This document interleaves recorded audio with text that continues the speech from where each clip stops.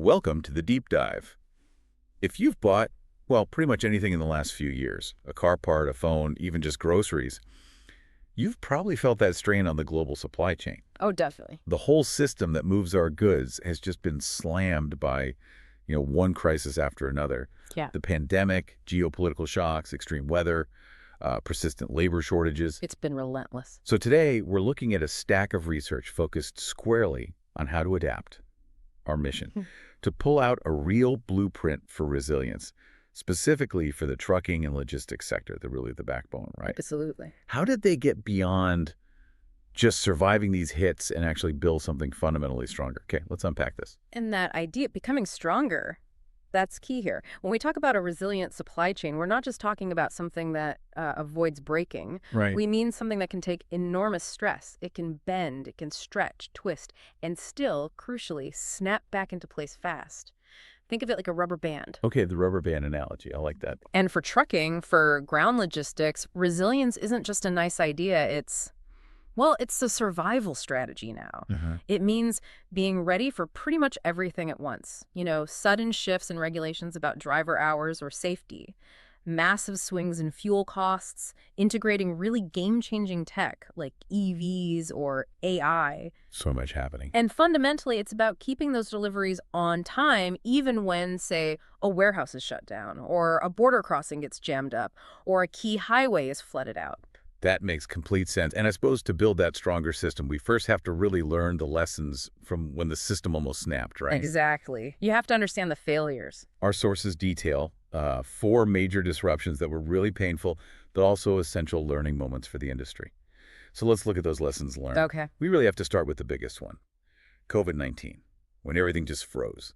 The key takeaways seem to be the huge risk of over-reliance. Suddenly, everyone realized their supply chains often had these single points of failure. Like, if you relied on just one supplier or maybe one manufacturing hub in one country, say China, You were stuck. you were completely dead in the water the second that region shut down. And that over-reliance, it wasn't just crippling for individual companies, it really exposed how fragile the whole structure was. But the data, it pointed to something interesting. The logistics companies that bounced back fastest, they weren't always the biggest. Often they were the most, let's say, digitally enabled. Ah, okay, so technology was key. Yeah, they'd already invested in things like flexible routing software, real-time tracking. That let them pivot almost instantly when a supplier went dark or a border closed. It wasn't just finding a new supplier, it was having the visibility to know where your stuff was and how to reroute it. Right, that visibility is crucial, and we barely caught our breath from that before the war in Ukraine hit, a huge geopolitical shock. And that proved, didn't it, that events thousands of miles away could instantly spike your local diesel costs or just shut down trade routes overnight. And what's fascinating there, from an operational standpoint, is that the conflict really hammered home the risks of just-in-time or JIT delivery models. Right, the JIT system. Yeah.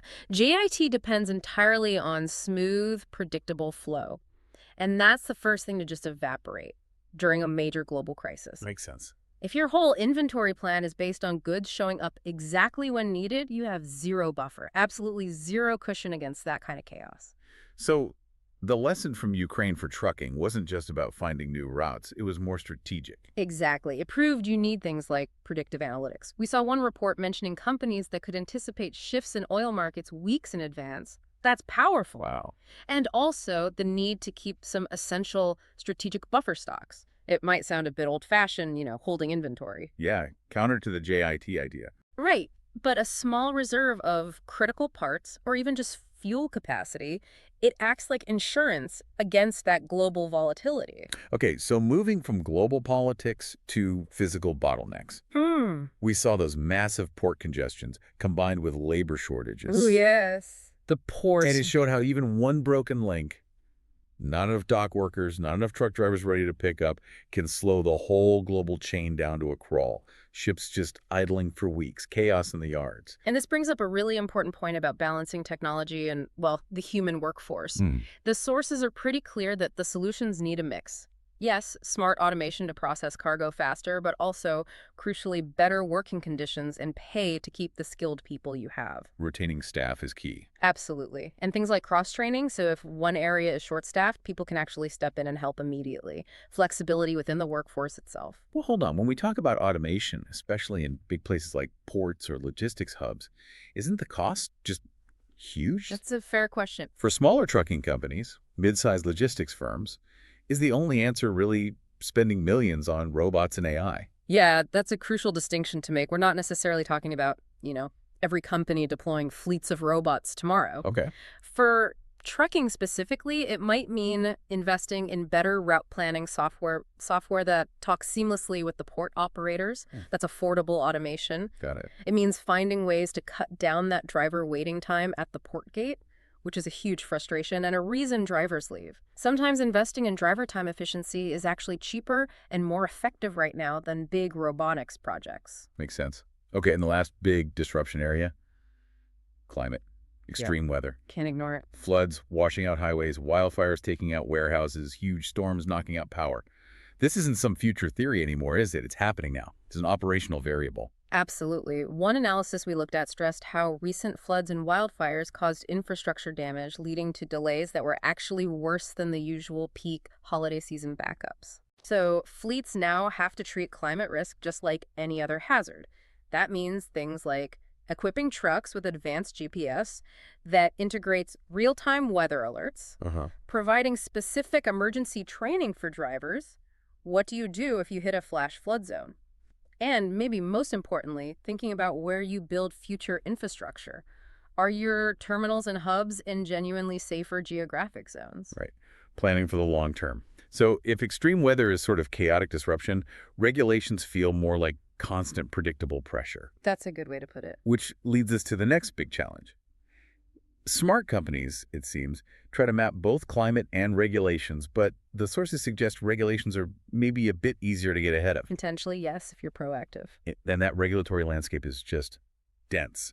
Tougher emission standards, new environmental rules, stricter driver hours, policies around autonomous vehicles still evolving, complex data compliance across borders. It's a lot. It is. And the key strategy we saw highlighted for the companies managing this well is establishing what they call a regulation radar. A regulation radar. Okay. Yeah, it's basically not waiting for a new rule to become law. It's about being constantly plugged in. Transport associations, government white papers, industry alerts. You're trying to see what's coming 6, 9, even 12 months down the road. So you can prepare scenarios. Exactly. You start running scenarios, figuring out the impact, maybe even adapting operations before the rule actually hits the books. And that kind of foresight, that proactive approach, it ties right into this concept the sources mention. Agility over perfection. You just can't create a perfect 10-year plan anymore, can you? The rules, the climate, the tech, it's all changing too fast. You need operations that can pivot quickly. Precisely. And we saw this pattern again and again. Yeah. Smaller, more agile companies could sometimes outmaneuver the big, rigid ones stuck in old ways. Really? How so? Well, they could change their software more easily or reroute their smaller fleet faster, maybe switch partners without needing layers of corporate sign-off. They're just lighter on their feet, operationally speaking. Interesting. So nimbleness beats size sometimes. In a disruptive environment, absolutely. Okay, so if we bring this back to practical steps someone can take now, one of the big recommendations seems to be go green early. Yes, this came up repeatedly. And it's not just about, being environmentally conscious, though that's important. It's really about financial future-proofing. How so? Well, if you invest now in electric trucks where it makes sense, or sustainable fuels, or even just better emissions tracking, you get ahead of the regulatory curve. When those environmental laws inevitably get tougher, and they almost certainly will, you're already compliant. What's a massive headache and cost for your slower competitors becomes, for you, potentially a competitive advantage. But let's be realistic here. The upfront cost. Buying a new electric fleet or even some of this advanced tracking software. It's astronomical for many mid-sized carriers, right? How do they handle that pressure? Yeah, the sources definitely acknowledge that cost barrier. It's significant. The approach usually isn't, replace your entire fleet overnight. Right. It's more about strategic adoption. Maybe you electrify shorter urban routes first, where the range anxiety isn't an issue and charging is easier. Or you leverage government grants and pilot programs to test the waters. This approach. Exactly. The key mindset shift is seeing these not just as expenses, but as capital investments against future fines, higher operating costs down the line, and maybe even losing customers who demand greener options. The cost of not adapting in the long run is projected to be much, much higher. That makes sense. Okay, so distilling all this down, what does it mean for you listening right now? If you're a logistics manager, a manufacturer relying on shipping, maybe even an investor, you need an actionable plan, right? Definitely need a blueprint. So we've synthesized what seem to be the 8 crucial actions from the source material into a kind of quick checklist, things focused on making operations more resilient. Good idea. Let's run through them. Okay, first 2. Number 1, diversify suppliers and routes. That's the big COVID lesson, right? Avoid those single points of failure. A rule change in one place shouldn't halt everything. Crucial. And number 2, invest in technology.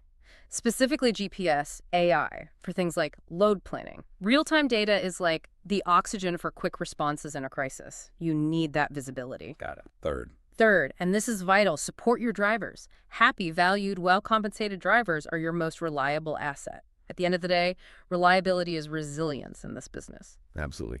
Okay, number 4. Fourth, train staff relentlessly on new regulations. Compliance training might feel tedious, Understatement. but it prevents disruptions, avoids costly fines, and ensures your team isn't blindsided or panicking when a new rule drops. Right. Makes sense. 5th point on the checklist. Fifth, build local partnerships. This goes back to that Ukraine lesson. Insulating against global shocks means having strong regional connections suppliers, alternate carriers nearby that you trust. Okay, and 6th. Sixth, create detailed emergency plans. You simply don't have time to figure things out during a flood or labor strike.